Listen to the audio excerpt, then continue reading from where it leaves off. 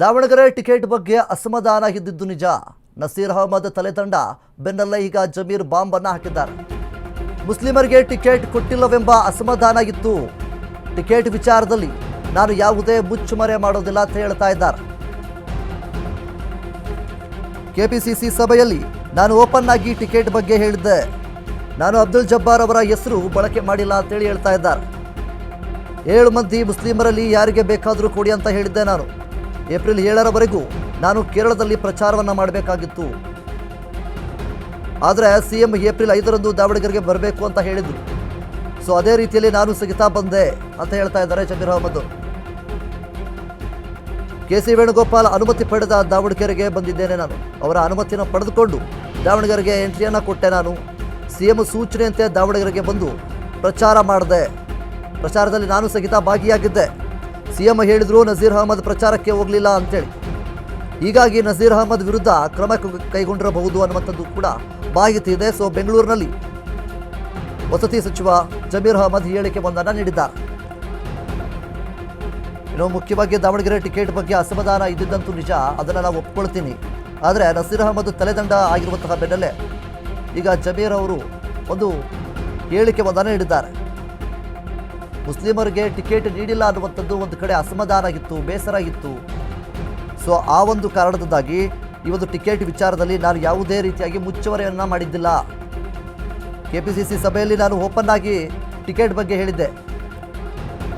ನಾನು ಅಬ್ದುಲ್ ಜಬ್ಬಾರ್ ಅವರ ಹೆಸರು ಕೂಡ ಬಳಕೆ ಮಾಡಿರಲಿಲ್ಲ. ಯಾರ ಹೆಸರನ್ನು ಸಹಿತ ನಾನು ಬಳಕೆ ಮಾಡಿರಲಿಲ್ಲ. 7 ಮಂದಿ ಮುಸ್ಲಿಮರಲ್ಲಿ ಯಾರಿಗೆ ಬೇಕಾದರೂ ನೀವು ಟಿಕೆಟ್ ಕೊಡಿ ಅಂತೇಳಿ ನಾನು ಕೇಳಿಕೊಂಡಿದ್ದೆ, ಹೇಳಿದ್ದೆ. ಆದರೆ ಅದು ಆಗಲಿಲ್ಲ. ಏಪ್ರಿಲ್ 7ರವರೆಗೂ ನಾನು ಕೇರಳದಲ್ಲಿ ಚುನಾವಣೆ ಮಾಡಬೇಕಾಗಿತ್ತು, ಚುನಾವಣಾ ಪ್ರಚಾರದಲ್ಲಿ ಭಾಗಿಯಾಗಬೇಕಾಗಿತ್ತು.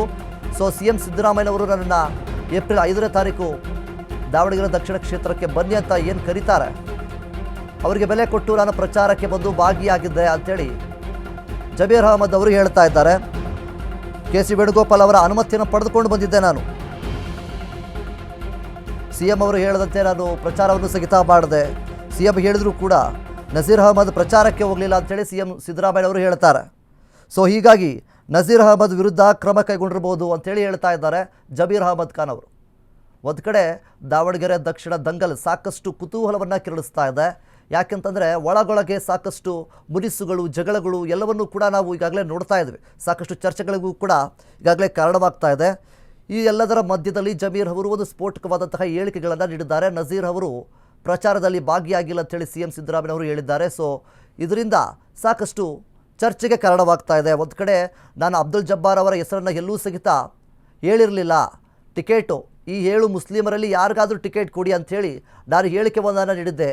ಅದಾದಮೇಲೆ ಕೇರಳ ಚುನಾವಣೆಯಲ್ಲಿ ನಾನು ಬ್ಯುಸಿಯಾಗಿದ್ದೆ.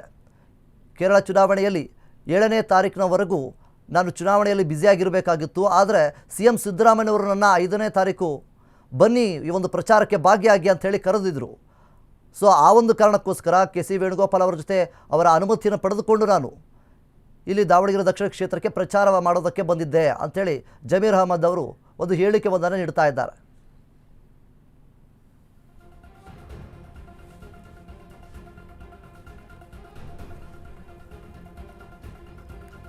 ಈಗ ಸದ್ಯದ ಮಟ್ಟಿಗೆ ಅವನ್ನೆಲ್ಲ ನಮ್ಮ ನಾಯಕರು ಬಗೆಹರಿಸಿದ್ದಾರೆ, ನಾನೊಬ್ಬ ಕಾಂಗ್ರೆಸ್ ಕಾರ್ಯಕರ್ತ ಅಷ್ಟೇ ಅಂಥೇಳಿ ಜಮೀರ್ ಅವರು ಹೇಳಿಕೆ ಒಂದನ್ನು ನೀಡ್ತಾ ಇದ್ದಾರೆ. ಮುಖ್ಯವಾಗಿ ದಾವಣಗೆರೆ ದಂಗಲ್ಗೆ ಒಂದು ಸಾಕಷ್ಟು ಕುತೂಹಲವನ್ನು ಕೂಡ ಕೆರಳಿಸ್ತಾ ಇದೆ, ಸಾಕಷ್ಟು ಚರ್ಚೆಗೆ ಕಾರಣವಾಗ್ತಾ ಇದೆ ಈ ರೀತಿಯಾದಂತಹ ಹೇಳಿಕೆಗಳು.